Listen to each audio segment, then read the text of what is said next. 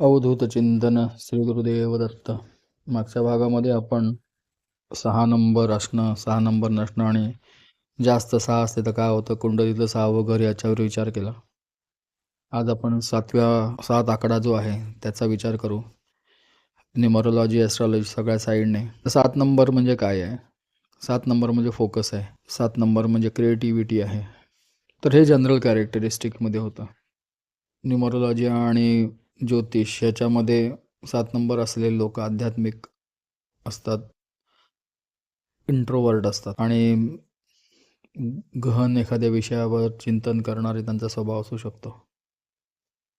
हे मी बोलतोय हे 1/7 तुमच्या जन्मतारखेत असेल तर बोलतो बरं का. 7 तारखेला जन्म, 16 तारखेला जन्म, 25 तारखेला जन्म, या सगळ्याची टोटल 7च येते.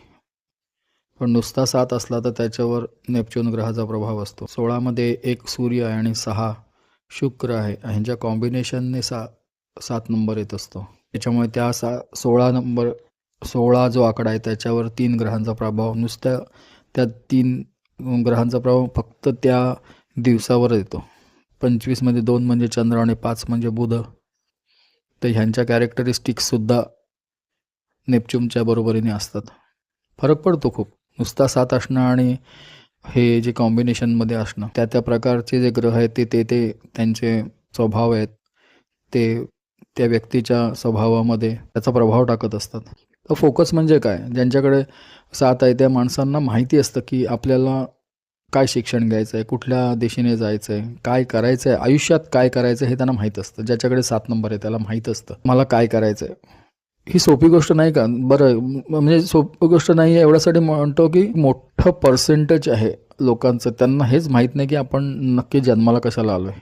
अशा केसेस येत असतात. धडसोड होत असते. जास्त करून 10वी नंतर आपल्याकडे 3 शाखांमध्ये जायची हे असते की कॉमर्सला जायचं, सायन्सला जायचं, आर्ट्सला जायचं. तर 10वीला जरा जास्त टक्के पडले तर कसलाही विचार न करता पहिले सायन्सला ॲडमिशन घेतात. मग 11वीला कळतं की गणित झेपत नाही आहे. नाही झेपत म्हटलं की परत मागे फिरायचं. मग काय तर कॉमर्सला घेऊ का आर्ट्सला घेऊ, यांना फोकस नसतो. मग 11वीला नापास होऊन परत सायन्सच करण्याला फोकस असतो का? नाही, त्यांनाही फोकस नसतो.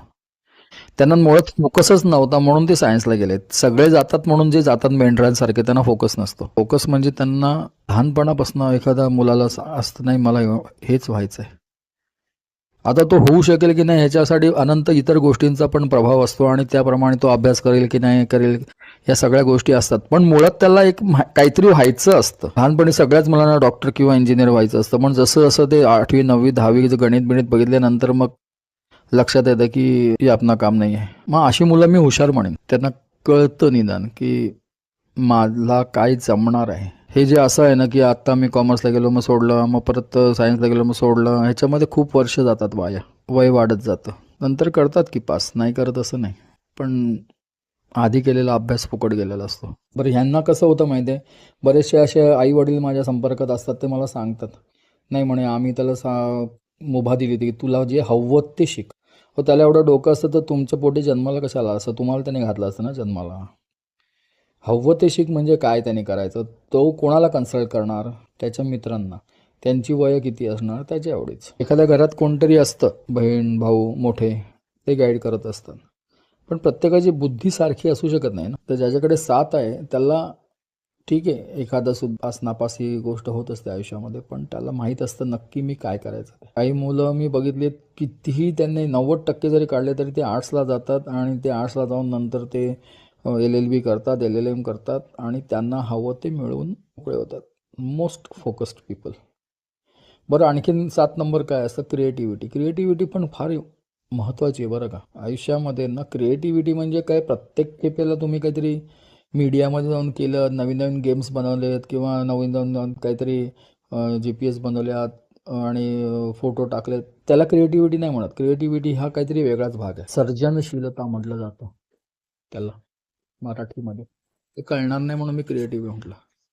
ज्यांच्याकडे 7 नंबर आहे अशा व्यक्ती विश्लेषण चांगलं करतात, ॲनालिसिस, वैज्ञानिक दृष्टिकोन असतो त्यांना, दार्शनिक असतात. नेपच्यूनचा प्रभाव असल्यामुळे थोडंसं अध्यात्माकडे झुकाव असतो. काही लोक त्याला केतूचा प्रभाव म्हणतात. केतू एक वेगळंच रसायन आहे जर कधी महाराजांनी कृपा केली आणि आदेश दिला तर मग केतू आणि राहूवर बोलीन. पण केतूला आता इथे आणल्यानंतर मला असे जाणवलं नाही आहेत केसेस. जेवढे माझ्याकडे आले त्या लोकांकडे 7 नंबर असला नसला किंवा जास्त असला तरी सुद्धा त्यांच्यामध्ये केतूचा प्रभाव मला काही तसा आयडेंटिफाय करता आला नाही. म्हणून मी नेपच्यून म्हणतोय. नेपच्यून त्यांना स्वप्नाळू बनवतो. फिल्मी लोक असू शकतात बरेचसे, पण 1-7 नाही शक्यतो. जास्त 7वाल्यांचं तसं असतं.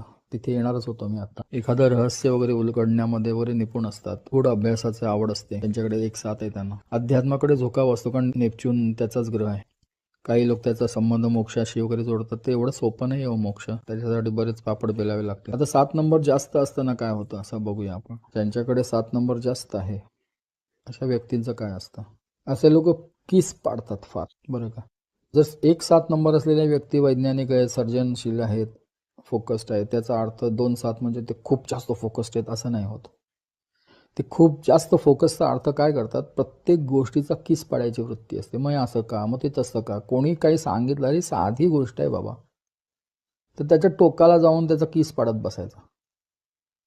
एवढं की समोरचा माणूस कंटाळला पाहिजे आणि मग बा तुला काय हवं तर हात जोडतो मी. हे किस पाडण्याचा ॲडव्हान्टेजपेक्षा डिसॲडव्हान्टेज जास्त असतात. एवढा किस पाडतात ना की त्याच्यात वेळ वाया जातो. खूप विचार वगैरे करतात, गहन विचार करून वगैरे त्याच्यावर बोलायला जातात. गरज नसते. सगळ्या गोष्टींना काय एवढ्या गहन विचाराची गरज नसते. हां बाबा, तसंच काहीतरी एखादं मोठं कोडं असेल, एखादं ते उलगडतच नाही वगैरे तर ठीक आहे.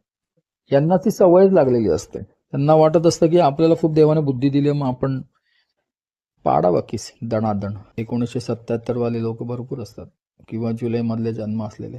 2-2, 3-3, 4-4, 7 घेऊन काय करतात एवढे 7 घेऊन? बाकीच्या नंबरांना जागाच ठेवत नाहीत. 1 ते 9 ड्रॉवर दिलेत तुम्हाला एकेका नंबरासाठी. त्यातले 4 ड्रॉवर जर 7 नंबरने घेतले तर बाकीचे जे नंबर ते कुठे बसणार? मग एवढा जास्त किस पाडणारे माणूस बॅलन्स असू शकतो का हो? दूरदर्शी असू शकतो का?